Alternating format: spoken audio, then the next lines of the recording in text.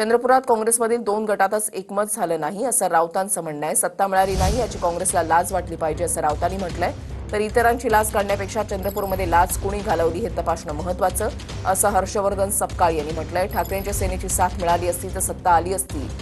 काँग्रेसचे प्रदेशाध्यक्ष हर्षवर्धन सपकाळ यांनी राऊतांवर टीका केली आहे. त्या 2 गटामध्येच एकमत झालं नाही आणि त्यातून पुढे सगळ्या गोष्टी घडत गेल्या.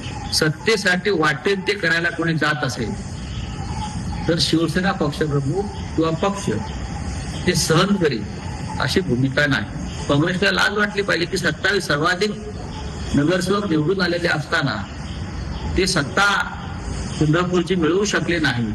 त्याला जबाबदार कोण त्याची चौकशी उच्च पातळीवरती व्हायला पाहिजे. शिवसेनेला दोष देऊन अर्थ नाही. इतरांची लाज काढण्याच्या पूर्वी जी लाज घालवल्या गेली चंद्रपूरला ती कशी घालवल्या गेली, कोणी घालवल्या गेली हे तपासून बघणं अत्यंत आवश्यक आहे.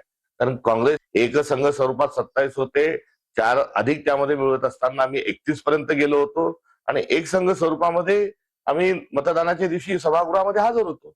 आम्हाला जर उभाटाचे 8 मिळाले असते तर निश्चित महापौर काँग्रेसचा झाला असता आणि उलट पक्षी उभाटाला देखील सत्तेमध्ये सहभागी होत असताना स्टँडिंग कमिटीचं अध्यक्षपद अथवा स्थानिक पातळीवर झालेल्या चर्चेच्या अनुषंगानं त्यामध्ये कुठल्याही प्रकारचं समाधानी